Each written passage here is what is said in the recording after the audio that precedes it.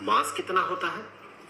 तो एक प्रोटॉन का जो मास होता है ये होता है 1.00727 एटॉमिक मास यूनिट। और एक न्यूट्रॉन का मास कितना होता है? एक न्यूट्रॉन का मास होता है 1.00866 एटॉमिक मास यूनिट। तो अगर मैं आपसे पूछूं कि एक हीलियम न्यूक्लियस का मास कितना होता है, तो जैसे कि हमें पता है कि एक हीलियम न्यूक्लियस में 2 प्रोटॉन्स रहते हैं और 2 न्यूट्रॉन्स रहते हैं। तो ये बड़ा सिंपल है कि एक हीलियम न्यूक्लियस जिसमें कि 2 प्रोटॉन्स है और 2 न्यूट्रॉन्स है, इसका जो मास होगा, इसका मास बराबर होना चाहिए 2 प्रोटॉन का जो इंडिविजुअल मास है प्लस 2 न्यूट्रॉन्स का जो इंडिविजुअल मासेस है, इनके सम के बराबर, इनके जोड़ के बराबर।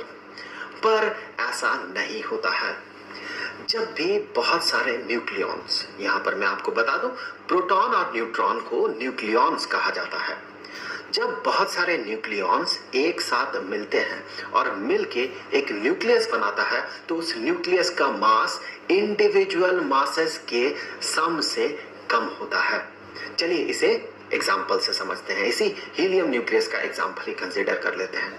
अगर हम ये कहते हैं कि हीलियम न्यूक्लियस का जो मास है ये बराबर होना चाहिए 2 प्रोटॉन का मास प्लस 2 न्यूट्रॉन के मास के, तो हिसाब लगा लेते हैं। चलिए ये कितना होना चाहिए।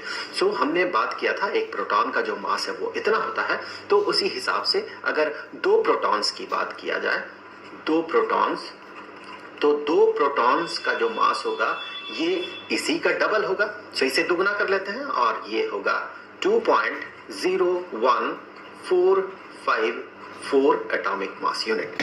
उसी तरह से 2 न्यूट्रॉन्स का जो मास है, इसे किसके बराबर होना चाहिए? इसी का डबल। सो इसका जो दुगना होगा, डबल होगा, ये होगा 2.01732 एटॉमिक मास यूनिट। तो इस हिसाब से इन दोनों का जो सम होगा, दैट मीन टोटल जो होगा 2 प्रोटॉन का मास प्लस 2 न्यूट्रॉन का मास, ये किसके बराबर होना चाहिए? इन दोनों को सम कर दे तो इन दोनों को जोड़ने से हमें मिलता है 4.03186 एटॉमिक मास यूनिट। लेकिन मास स्पेक्ट्रोस्कोपी से ये पाया गया कि हीलियम न्यूक्लियस का जो मास है ये इतना नहीं है। सो हीलियम न्यूक्लियस इसका जो मास होता है ये होता है 4.00153 एटॉमिक मास यूनिट।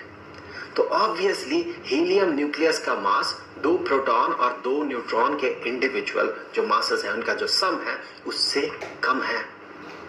और ये जो कम मास होता है इसे मास डिफेक्ट कहा जाता है। चलिए सबसे पहले इसी सिनेरियो को हम यहाँ पर एक फिगर बना के देख लेते हैं ताकि हमें बेहतर याद रहे। सो अगर